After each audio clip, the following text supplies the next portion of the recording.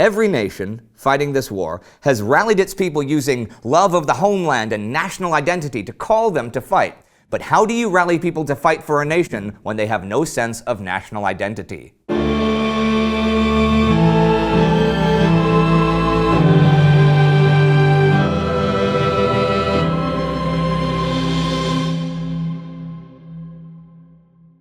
I'm Indy Nidell. Welcome to the Great War.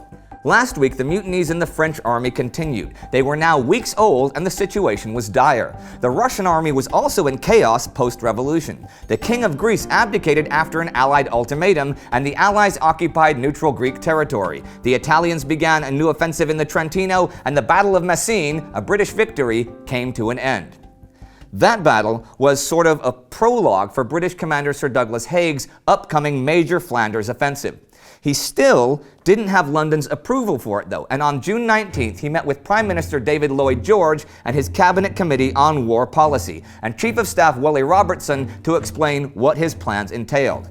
This meeting lasted the rest of the week and was pretty raucous. Haig laid out all his grand plans, and Lloyd-George assaulted him with questions. Why did the generals think a Flanders offensive would work this time if it didn't last time? How were the German defenses set up? What would the casualties be? And what if it didn't work out? The Royal Navy was called in for an opinion and sided with Haig. Admiral John Jellicoe even said that Britain could not continue the war for another year unless the Belgian coast was taken, which certainly raised some eyebrows.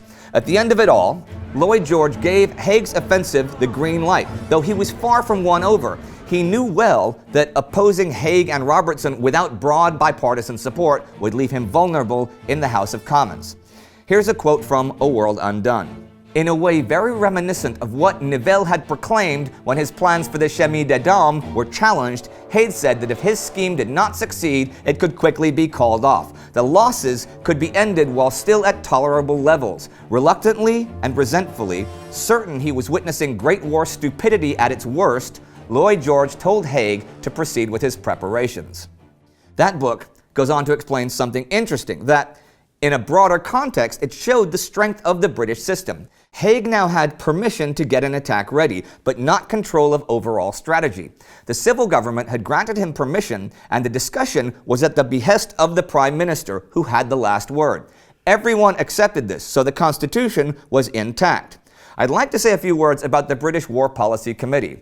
It was made up of the Prime Minister, Lord Alfred Milner, a member of the War Cabinet, South African General Jan Smuts, Andrew Bonar Law, leader of the Conservative Party and Chancellor of the Exchequer, and Lord Curzon, former Viceroy of India and also a member of the War Cabinet. It had met for the first time early this June. Its purpose was to get at the facts and review the entire policy and strategy of the war. You'd think that since this war was nearly 3 years old, a committee to consider just those facts would have sprung up by now, but you'd be wrong.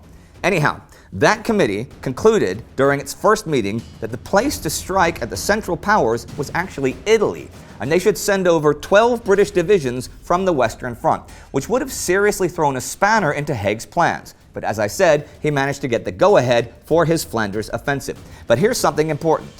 The War Policy Committee, for whatever reason, had not authorized Haig's offensive. They had just authorized preparations. Big difference there. And now, while the ground in Flanders was still dry and the summer rains had yet to come, they deferred their final decision, but precious time was ticking by. And time was ticking by for another British war persona, Lawrence of Arabia, who was having serious doubts this month about the success of the Arab Revolt. One of his compatriots, Nasib al-Bakri, who had accompanied him on his latest expedition, wanted to go north to Damascus to incite revolt among the urban nationalists there.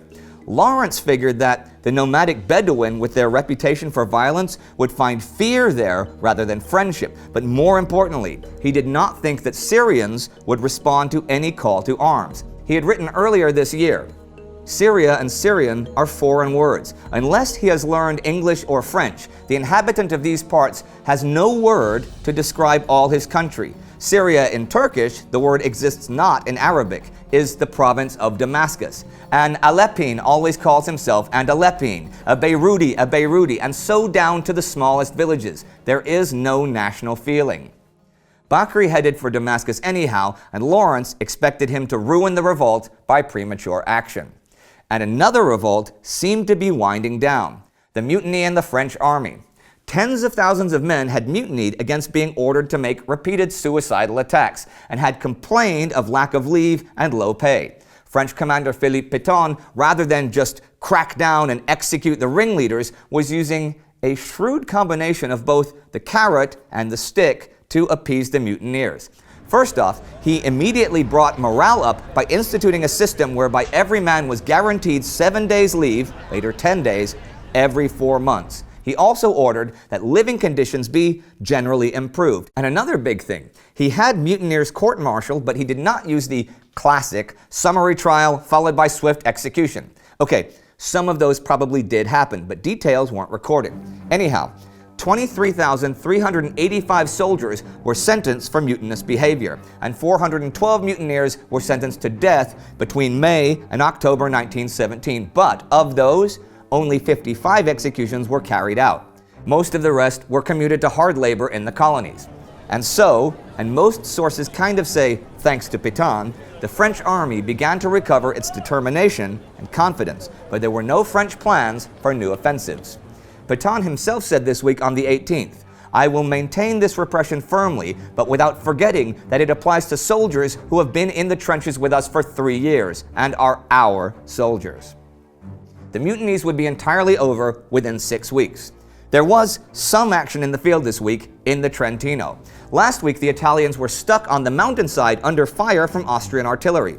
Snow and clouds stopped the general fire, but they still remained there until the 18th. But when the skies cleared, they were hit by Austrian artillery, infantry, and bomber aircraft. They had taken and lost Mount Ortegara, and the casualty list grew. And in local news, Heinrich von Clam-Martinitz resigned as Austrian Prime Minister. He will be replaced by Ernst Seidler von Feuchtenegg and will become military governor of occupied Montenegro.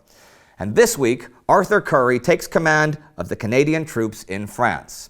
And the week ends with the Italians taking heavy losses in the mountains, the French army mutinies finally winding down, Lawrence of Arabia wondering how you persuade people who feel no nationalism that they are a nation, and Sir Douglas Haig preparing for a huge offensive as his government plays the waiting game and kicks the can down the road. I'll end with something else about Lawrence this week. He had met Mark Sykes a month ago and had recently learned the details of the Sykes-Picot-Agreement to partition the Middle East among the Entente after the war. Both Sykes and Francois Picot were meeting with Arab Revolt leaders in May and assuring them of the future independence of Arab states, just with foreign advisors. Lawrence was utterly dejected and disgusted by this point with the concessions that Sykes had made to the French concerning Syria, which would reward the French at the end of the war for the risks the Arabs had taken during it. But Lawrence still saw a glimmer of hope. If he could, in fact, help the Arabs win Syria, he could stop French ambitions. On a telegram sheet, he wrote to Gilbert Clayton, his boss and head of British intelligence in Egypt. "I've decided to go off alone to Damascus, hoping to get killed on the way. For all our sakes, try and clear this show up before it goes further. We are getting them to fight for us on a lie, and I can't stand it." If you want to learn more about Lawrence of Arabia, you can click right here for our special episode about him. Our Patreon supporter of the week is Ranveig Marie Jørgensdottir Splid. Jørgensdottir, nice. Thank you for your support on Patreon. We could not do this show without it. Do not forget to subscribe. See you next time.